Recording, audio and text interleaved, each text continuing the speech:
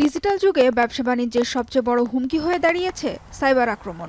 শুধু তথ্য চুরি নয়, বরং একটি প্রতিষ্ঠানের পুরো কার্যক্রম অচল করে দেওয়ার মতো শক্তি এখন হ্যাকারদের হাতে।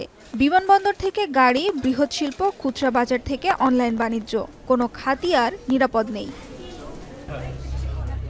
সম্প্রতি হ্যাকাররা আক্রমণ চালায় আরটিএক্স এর মালিকানাধীন কলিন্স অ্যারোস্পেসের সিস্টেমে, যার প্রভাব পড়ে লন্ডনের হিথ্রো, বার্লিন ও ব্রাসেলস বিমানবন্দরে। বিশেষজ্ঞরা বলছেন, এ ধরনের হামলা এখন বিশ্বব্যাপী বেড়েই চলেছে। স্বাস্থ্যসেবা, ব্যাংকিং, খুচরা ব্যবসা সবখানেই ঝুঁকি বাড়ছে।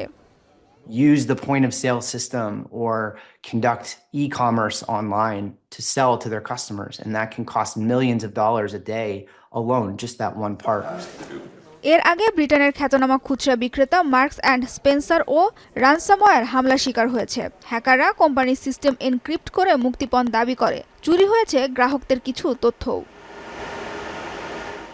সাইবার সিকিউরিটি প্রতিষ্ঠানগুলোর মতে, দুর্বল পাসওয়ার্ড বা মাল্টিফ্যাক্টর অথেন্টিকেশন না থাকায় হ্যাকারদের প্রবেশের প্রধান পথ।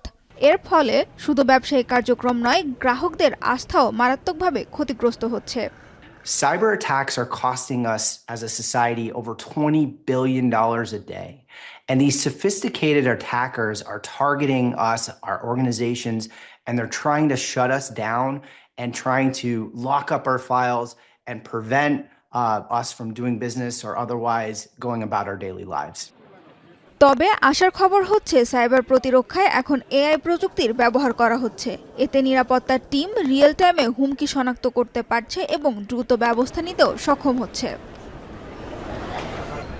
প্রযুক্তিবিদরা বলছেন, নিয়মিত সফটওয়্যার আপডেট, কর্মীদের সচেতনতা বৃদ্ধি এবং শক্তিশালী প্রতিরক্ষা ব্যবস্থা ছাড়া সাইবার হুমকি থেকে রক্ষা পাওয়া কঠিন। তাই প্রযুক্তির সঙ্গে তাল মিলিয়ে সাইবার নিরাপত্তাকে সর্বোচ্চ গুরুত্ব দেওয়ার আহ্বানও জানান তারা। সানজিদা ইসলাম তন্নি, এখন বিশ্ব।